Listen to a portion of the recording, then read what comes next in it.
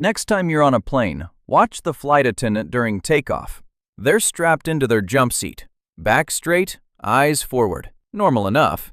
But look at their hands. They're not on their lap. They're not gripping the armrests. They are tucked underneath them, palms flat against the seat, fingers pointing forward. And the flight attendant is literally sitting on top of them. It looks bizarre. It looks uncomfortable. And every single flight attendant on every single flight does it. There's a reason, and it has nothing to do with comfort. Most passengers who notice this assume it's some kind of posture rule, maybe an airline policy about looking professional, maybe just a habit they picked up in training. It's none of those things. Sitting on your hands during takeoff and landing is a deliberate physical safety technique, one that exists specifically to keep flight attendants capable of saving your life in the 90 seconds after something goes catastrophically wrong. To understand why this matters, you need one uncomfortable fact. Around 80% of all aviation accidents happen within the first 3 minutes after takeoff or the last 8 minutes before landing. Aviation experts call it the +3, -8 rule. During those windows, everything happens fast. A hard landing, a runway collision, an aborted takeoff at full speed. In any of these scenarios, the aircraft can go from normal to catastrophic in under 2 seconds.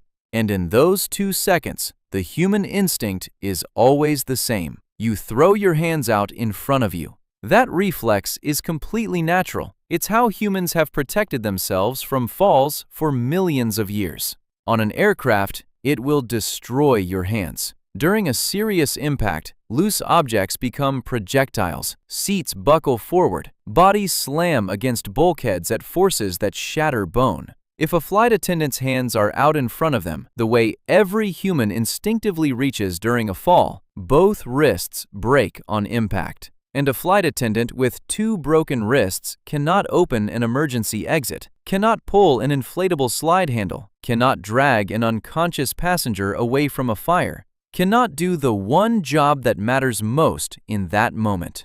So airlines engineered a solution to override human instinct entirely. By sitting on their hands, palms flat, fingers forward, arms pinned under their own body weight, flight attendants physically prevent themselves from throwing their arms out on impact. The seat takes the force, the hands stay protected, the wrists stay intact. It's not a rule about posture, it's not about appearances. It's about making sure that when the aircraft stops, however violently it stops, the people trained to get you out of there can still use their hands. 30 seconds of mild discomfort on every flight, in exchange for functional hands when it counts most. Here's the part that makes this even more remarkable. While sitting on their hands, flight attendants are also running a full, silent mental rehearsal of an emergency evacuation. Every exit location, every command they'll shout, every passenger in a critical seat who might need guidance. The hand position and the mental review happen simultaneously. Every takeoff, every landing, without exception.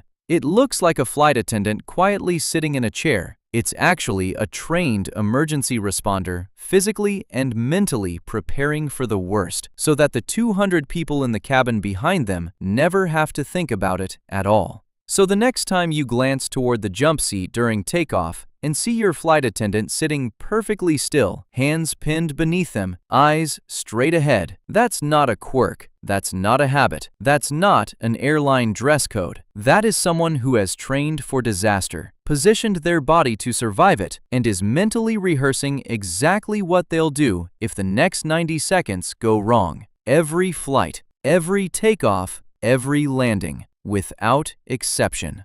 If this changed how you see the people keeping you safe at 35,000 feet, hit like, share it with someone who flies, and subscribe for more extraordinary stories hiding inside ordinary moments. See you in the next one.